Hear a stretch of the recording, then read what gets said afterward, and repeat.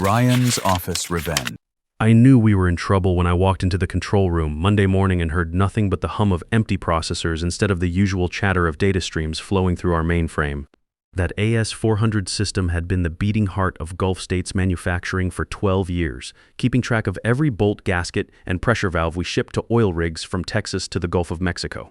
I'm Max Sullivan, 56 years old, and I've been the senior systems analyst here since this company was half its current size. I run the supply chain operations for 8 manufacturing plants across Texas, Louisiana, and Oklahoma. It's not glamorous work, but it keeps 3,500 factory workers employed and oil rigs operational. When our system goes down, those rigs don't get their equipment. When rigs don't get equipment, people don't get energy. It's that simple. Let me tell you something about manufacturing logistics. It's not like managing inventory for some retail store. These plants produce critical components for offshore drilling platforms, pressure valves that have to withstand 10,000 psi, safety systems that prevent blowouts, custom manifolds that take 6 weeks to machine. One wrong part number, one missed delivery, and you've got a rig sitting dead in the water burning $35,000 a day in standby costs. The system I maintained wasn't some sleek cloud-based solution that looks good in PowerPoint presentations. It was a battle-tested mainframe running COBOL programs I'd written and debugged over 12 years. Every plant manager knew they could call me at 3 a.m. and I'd walk them through any issue. When Hurricane Laura hit the Louisiana coast last year, I kept our supply chain running from my kitchen table while power lines were down for a week. But corporate doesn't see it that way. They see an old system that needs modernizing, and they see me as the dinosaur standing in the way of progress. That's where Madison Foster comes in. Madison is 26 years old with an MBA from Stanford, and more importantly, she's got the ear of CEO Robert Parker. 6 months ago, our company got acquired by Parker Industries Holdings, a conglomerate that owns everything from steel mills to equipment rental chains. Madison came in with a mandate to streamline operations and eliminate redundancies. Translation, replace expensive legacy systems with cheaper cloud solutions. I'd met Madison a few times in company meetings. She's one of those people who wears designer suits to factory floors and stays in air-conditioned offices while real workers sweat in 100-degree heat. Got her business degree and thinks every operational problem can be solved with an app and buzzwords like digital transformation and agile methodology. She's never spent a day on a plant floor, never had to explain to a rig foreman why his blowout preventer is 2 weeks late because some calculation went wrong. The meeting happened on a Tuesday. Robert called me into his office along with Jennifer Foster from HR. Jennifer's been here almost as long as I have, but she's always been more concerned with protecting the company than protecting the employees. She had that nervous energy of someone who knows bad news is coming, but has to deliver it with a smile. Robert's office looked like something from a business magazine. Glass desk, leather chairs, and a view of the shipping yard that he probably never actually looked at. He was tapping on his tablet when I walked in, making me wait while he finished whatever urgent task required his immediate attention. Mac, Robert said, not bothering to look up, "We're restructuring the IT department, moving to a more efficient, cost-effective model." I sat down in the chair across from his glass desk. What does that mean for operations? That's where it gets exciting. Robert finally looked at me, flashing the kind of smile that car salesmen practice in mirrors. I want you to meet Madison Foster. She's built an incredible ERP solution that's going to revolutionize how we handle supply chain management. Here's the thing about corporate restructuring. Competence takes a backseat to cost savings every time. I'd seen it before at other companies, but I thought our operation was too critical for that kind of nonsense. I was wrong. Madison walked in like she owned the place, which, through corporate politics, she basically did. She was carrying a laptop like it contained the secrets of the universe and had that confident energy of someone who'd never seen a real system crash and burn. "Hi, Mac," she said, extending a manicured hand. "I've been reviewing your processes, very thorough, but also very manual. I think we can do much better." The way she said manual made it sound like I was still using punch cards and paper ledgers. Better how? I asked, though I had a sinking feeling I already knew where this was heading. Madison opened her laptop and started clicking through screens with the confidence of someone who'd never dealt with a real crisis. "I've built a comprehensive supply chain solution on a cloud-based ERP platform. It's intuitive, scalable, and can handle all the inventory tracking you're currently doing with that old mainframe." I stared at her for a moment. "Cloud-based? You want to run operations for 8 plants through an internet connection?" Not just any connection, Madison said, getting slightly defensive. This has real-time data synchronization, automated reorder points, predictive analytics. It's like having a supercomputer, but user-friendly. User-friendly. That's what they always say when they want to replace something that actually works with something that looks prettier. I've been in this business long enough to know that user-friendly usually means it works great until it doesn't. And then you're in deep trouble because nobody understands what's happening under the hood. I looked at Robert, hoping to see some sign that he understood how risky this was. Is this serious? It's innovation, Mac, Robert said, leaning back in his leather chair. Madison's platform can reduce processing time by 70% and cut our IT overhead significantly. There it was. Cut IT overhead. What they meant was they could fire me and pay Madison a fraction of my salary. I'd seen this movie before at other companies. Young MBA comes in, promises the world with some untested solution. Experienced employee gets shown the door, and then 6 months later, they're begging the old guy to come back and fix the mess. Quarterly inventory reconciliation is next week, I said, keeping my voice level. Today is Tuesday. If you're planning to switch systems, you need to understand what you're dealing with. I started counting off on my fingers. We have custom part classifications for 4,500 different valve types, hazardous material handling protocols that change based on shipping destination, just-in-time delivery schedules synchronized with rig maintenance windows, multi-state EPA compliance tracking, where one wrong classification can trigger a federal audit. Madison was nodding along like she understood, but I could see her eyes glazing over. She thought she grasped it because she'd read about supply chain management in some textbook. I've accounted for all of that, she interrupted. My platform includes automated compliance checking and intelligent inventory optimization. Intelligent optimization. Right. The Louisiana plant alone has 4,500 different SKUs with lead times ranging from 2 days to 16 weeks. Some parts can be substituted, others are custom machined to exact specifications. You've got components that degrade in humidity, others that can't be stored above 75 degrees. Emergency orders that jump the queue, government contracts with specific Buy American requirements. Madison, I said, trying to keep the frustration out of my voice, have you ever managed inventory for offshore drilling equipment? I've studied the industry extensively, she replied. Studying and doing are two different things. You know what happens when you get critical component delivery wrong on an active rig? That platform stops drilling. They burn $35,000 a day in standby costs while waiting for parts.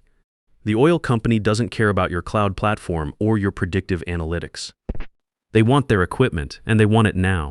Mac, Jennifer finally spoke up. We'll need you to provide Madison with all necessary system access and documentation for a smooth transition. Documentation. I almost laughed. Most of the critical processes were in programs I'd written and refined over 12 years. The real knowledge wasn't in any manual. It was in my head, earned through dealing with every possible crisis and edge case. I know that the Oklahoma City plant has a quirk where their barcode scanners sometimes skip the last digit after midnight, but only on weekends. I know that the Houston facility's loading dock computer crashes if you try to process more than 200 line items in a single shipment. I know which suppliers always ship 2 days late and which ones deliver early, so I adjust accordingly. Madison doesn't know any of that. She's got her sleek cloud platform with its pretty dashboards and automated alerts, but she's never had to explain to a rig superintendent why his blowout preventer is sitting on a dock in Galveston instead of on his platform 200 miles offshore. When's my last day? I asked. Friday, Robert said. After the quarterly reconciliation, we want to make sure there's a smooth handoff, and if the handoff isn't smooth, I asked. Madison jumped in. It will be. I've tested the platform extensively. On what data? Sample data sets plus modeling scenarios. Sample data, modeling scenarios. She'd tested her revolutionary supply chain solution on make-believe numbers. It was like testing a race car by driving it around a parking lot at 10 miles per hour and then assuming it would handle the Daytona 500. I stood up, my knees popping the way they do when you've been sitting too long or when you're about to make a decision you know you'll either regret or celebrate. All right then, I guess we'll see how it goes. That's the spirit, Robert said, already looking back at his tablet. I walked toward the door, then stopped and turned back to Madison. One piece of advice, I said. When the system crashes, and it will crash, don't panic. Just remember that 3,500 people depend on their paychecks, and oil rigs depend on our equipment. That might help you prioritize." The look on her face told me she still didn't get it. She thought this was just numbers on screens. She had no idea she was about to be responsible for keeping America's energy infrastructure running. I didn't argue anymore. I didn't try to explain why Madison's approach was doomed to fail worse than a submarine with screen doors. Sometimes the best teacher is experience, and Madison was about to get an education that no Stanford MBA program could provide. The next 3 days were like watching a slow-motion train wreck.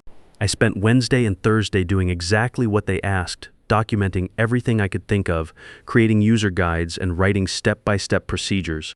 But here's the thing about complex systems that have evolved over 12 years: you can't document institutional knowledge. You can't write down the gut feeling you get when something looks wrong, or the instinct that tells you to double-check an order because the quantities seem off. Madison shadowed me those 2 days, taking notes on her tablet and asking questions that showed she had no clue what she was walking into. "Why do you manually verify the Oklahoma City shipments?" she asked Wednesday morning as I ran through the pre-reconciliation checks. "Because their system has a glitch where it sometimes doubles quantities on emergency orders," I explained. "If you don't catch it, you ship twice what they need and leave other rigs short. Can't we just fix the glitch? It's their system, not ours. We just have to work around it." She made a note on her tablet. I could see her typing "fix Oklahoma City system glitch" like that was something she could handle with a phone call.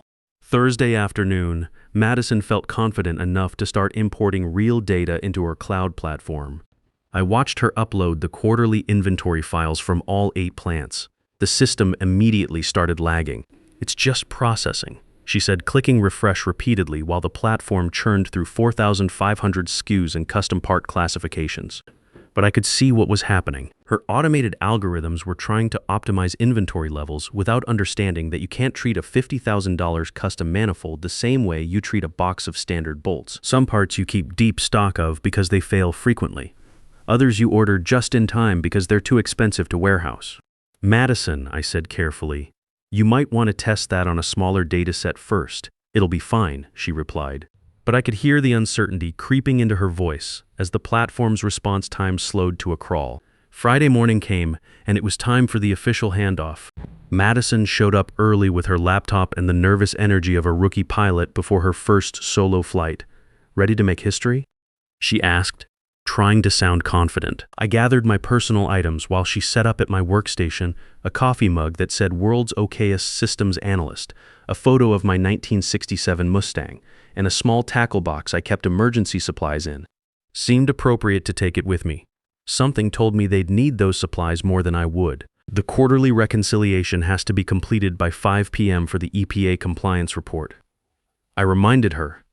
After that, the audit trail locks and you can't make changes until next quarter. "Got it," Madison said, already focused on her screen where the cloud platform was grinding through the inventory data like a chainsaw trying to cut through steel. I started to leave, then stopped.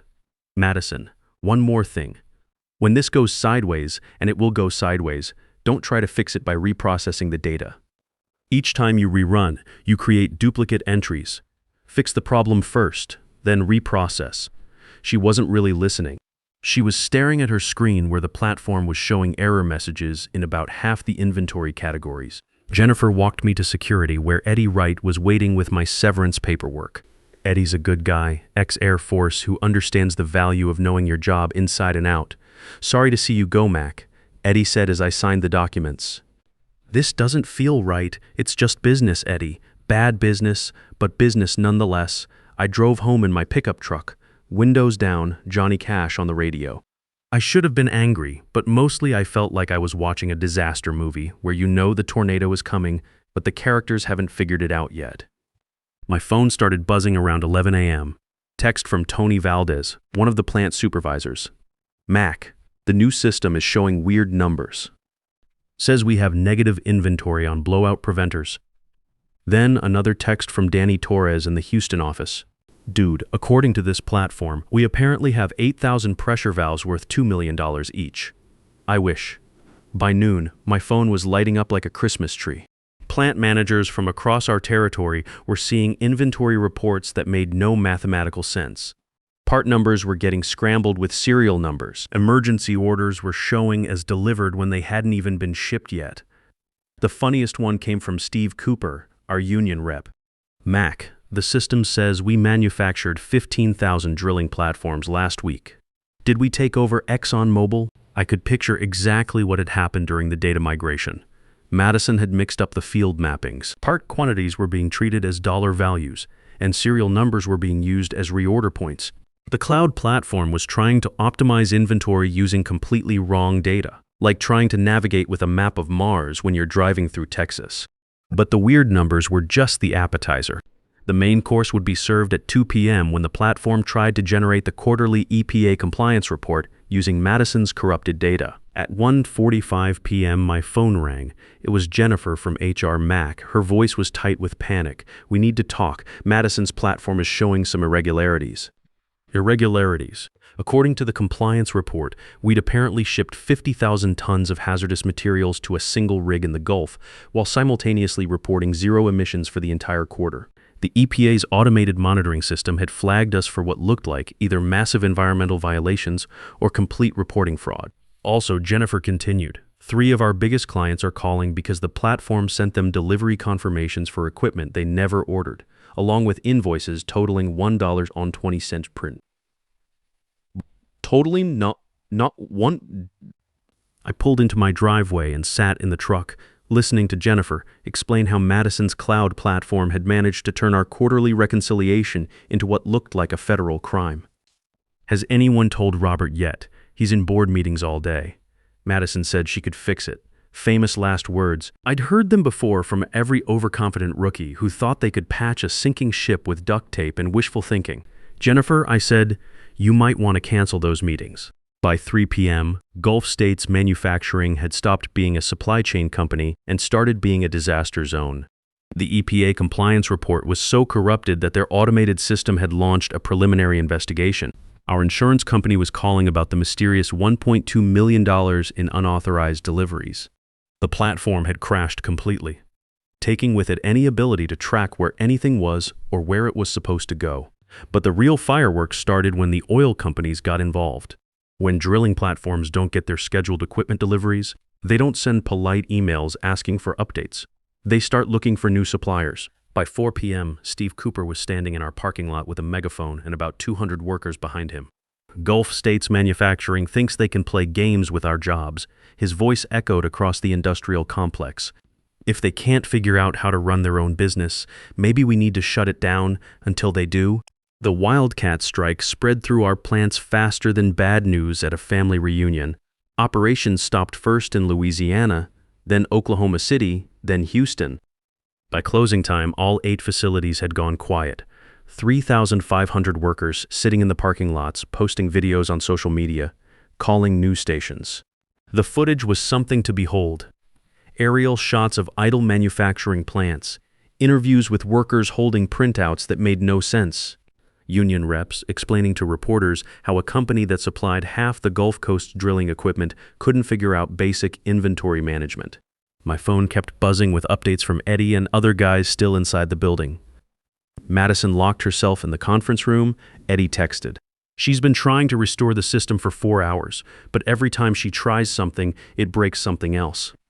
Another text. Robert's been screaming at tech support all afternoon. Apparently Madison accidentally deleted the backup files when she tried to reload the data. That made me chuckle.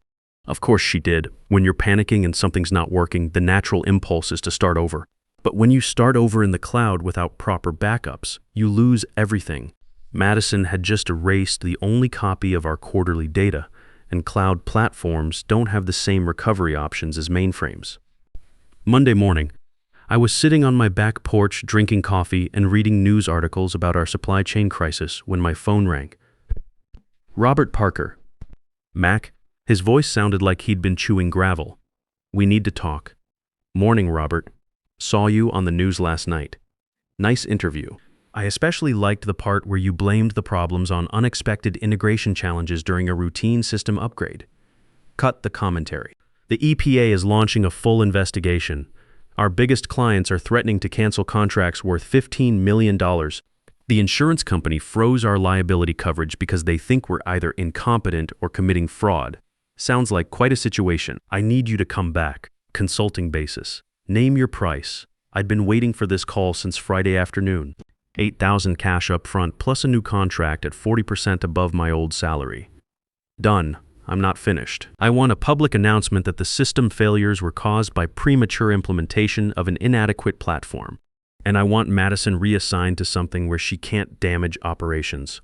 Long silence. Then, fine. One more thing. I report directly to you now, not through any VP. I'm done dealing with people who think cloud platforms can replace experience. Whatever you need, Mac. Just fix this mess. I drove back to the office Tuesday morning. The parking lot still had union guys camped out, but they waved when they saw my truck. Steve Cooper walked over as I was getting out. Mac, tell me you're here to save our jobs. Working on it, Steve. You guys should see some movement by Wednesday afternoon. What about pay for the time we've been sitting here? Every penny, with overtime for anyone who was scheduled to work. I walked into the building like I owned it, because for the next few days, I basically did. The control room felt like coming home after a long deployment. I fired up the old mainframe and started digging through the wreckage Madison had left behind. It was worse than I'd expected. She hadn't just corrupted the quarterly data. She'd managed to lock the EPA compliance databases, create circular references in the inventory optimization algorithms, and somehow convince the system that we manufactured negative quantities of everything. It took me 3 days working around the clock, but I rebuilt everything from the transaction archive logs, real backups stored on systems Madison didn't even know existed. By Wednesday morning, I had clean data ready for the compliance report and accurate inventory numbers for all 8 plants. The hardest part wasn't the technical work. It was explaining to angry clients why their orders had been delayed, why they'd received invoices for equipment they never bought, and why they should trust us again. I spent Tuesday afternoon on the phone with rig superintendents, walking them through our actual inventory and delivery schedules. Mac, this is bullshit, said Jim Morrison from Deepwater Drilling. We've got a platform sitting idle because your system said our blowout preventer was delivered when it's still sitting in your warehouse. Jim, I know. The new system screwed up the tracking. Your BOP is loaded on truck 47 and will be on location by Thursday morning. I'm personally monitoring the shipment. You better be. This cost us $140,000 in downtime. Send me the invoice. We'll make it right. That was the difference between real experience and MBA theory. When you've been doing this job for 12 years, you know that relationships matter more than algorithms. These guys didn't care about our internal corporate drama. They just wanted their equipment delivered on time so they could keep drilling. By Wednesday afternoon, I had most of the immediate crises under control. The EPA compliance report was submitted clean. Emergency orders were back on track. The insurance company unfroze our accounts after I walked them through our actual processes and showed them the corrected data. But I saved the best for last. I printed out every error message, every corrupted report, every system failure that Madison's platform had generated. Then I walked into Robert's office and dropped the stack on his glass desk. Here's your digital transformation, I said. Robert looked at the pile of papers like it might explode. How bad was it? She managed to corrupt 3 months of inventory data, trigger a federal investigation, and nearly bankrupt the company in 4 days. That's actually impressive in its own way. Where is she now? Strategic planning research. I figured she can't do much damage analyzing market trends. Robert nodded. And your new office? He gestured toward the corner office with windows overlooking the shipping yard. All yours. I had them install a better coffee machine and a direct phone line to the plant floor. I walked to my new desk and sat down in the executive chair. Through the window, I could see the plants coming back to life. Trucks rolling out with full loads, cranes moving equipment, workers heading back to their shifts with overtime pay in their pockets. My phone buzzed with a text from Eddie. Heard Madison's working in strategic planning now. Thinks she can handle market research without crashing the economy. I opened my desk drawer and pulled out the bottle of good bourbon I'd been saving for a special occasion. This qualified. Sometimes the old ways work best. Sometimes experience beats innovation. Sometimes when corporate tries to fix what isn't broken, they learn the hard way that some jobs require more than just an MBA and a cloud platform. The union guys were packing up their camp chairs and heading back to work. Steve Cooper gave me a thumbs up through the window. Tony Valdez texted that the Louisiana plant was back to full production. Danny Torres sent a photo of the Houston facility's loading dock, busy as ever. I poured a shot into my new coffee mug, one that said Director of Operations Technology, and raised it toward the window. Here's to keeping the machines running and making sure working people have jobs worth showing up for. Here's to knowing that institutional knowledge can't be replaced by algorithms. And here's to the fact that sometimes, just sometimes, competence wins over corporate politics. That's definitely worth drinking to. 6 months later, Madison Foster left Gulf States Manufacturing to pursue new opportunities in digital consulting. Last I heard, she was selling cloud solutions to companies that probably didn't need them. Some people never learn, but that's their problem now. I've got 8 plants to keep running and 3,500 people counting on me to do it right. It's honest work, and I'm damn good at it. Sometimes the old ways work because they've been tested by reality, not theory.